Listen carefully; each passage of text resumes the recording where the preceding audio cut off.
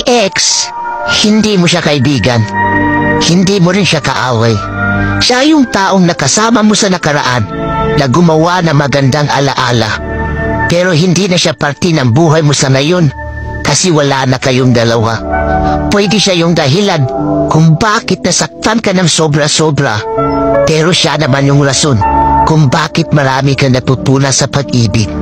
Kaya kung babalik man siya ulit sa buhay mo at magpaparamdam ulit, it's your choice.